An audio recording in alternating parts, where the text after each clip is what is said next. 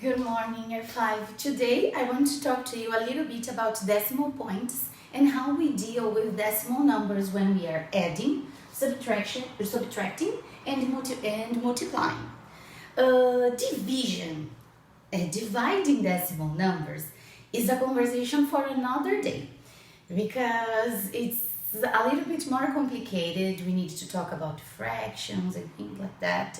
So in September, we are going to have a look on how we can divide decimal numbers. For now, how we add, subtract, and multiply decimal numbers. And what you need to pay attention, it's very simple in truth. You only need to pay attention on the comma. So always keep track on the decimal point. This is called a decimal point.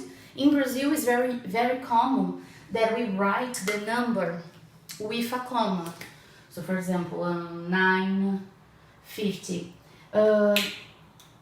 In English, Canada, England, and other countries, they use a point. It doesn't make a difference, okay, if you are gonna use a comma or a point. What is important is where this point or comma is going to stay. We call it as a decimal point, okay? It doesn't matter if you're going to use a comma or a point. What matters is the spot.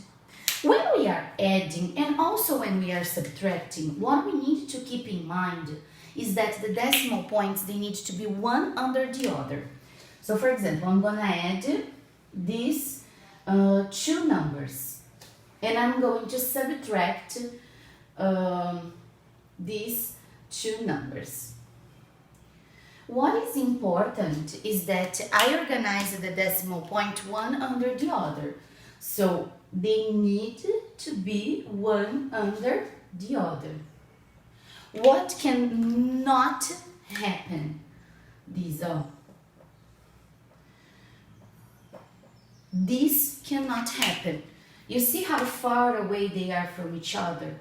They need to be one under the other. So I need to move the number. So it needs to be here. Okay? So the decimal point, they need to be one under the other. I cannot add or subtract decimal numbers if the decimal points are not aligned. Okay? Think about a wall. If the wall is like this, the wall is not going to stand. So the wall needs to be straight so it is safe, strong, and secure. So the decimal points, they need to form a wall so it is strong and safe to proceed. And then we only deal with the numbers. Here we have to add 0 plus 8, 8, 5 plus 6, 11, 10, 13. And the decimal points continues on the wall. So it is 13, 18. Decimal point or comma, it's up to you. Here we are going to divide. It is the same process. You put the decimal points one under the other and keep going. So 7 minus 1, 6, 6 minus 5, 1, 9 minus 2, 7. The decimal point stays where you need to stay. Remember, you need to form a wall of decimal points. Okay? This is for multiplication and addition and subtraction. In the multiplication, in truth, you only need to be careful to put the decimal point back. Let's have a look. So for example, the decimal point is here. Let's put times 2. In this case, guys, I know we have strategies like the box, FOIL, break apart the number, but with decimal numbers, I really think that the best strategy is the vertical, okay? So at least up to now, use vertical, okay? Later we see how we can use FOIL and the box with the decimal numbers, but for now, keep the vertical. It's easier to visualize where the decimal point is going. So, start the multiplication. 2 times 1, 2, 2 times 3, 6, 2 times 7, 14. Is it finished? No, it doesn't make sense that 2 cupcakes of R$7.31 is 1,462 because you need to put the decimal point. It's very simple to find the decimal point in here. 1, 2, comma. 1, 2, comma. So if you had two numbers before the comma, here you need to have 2 points before the comma.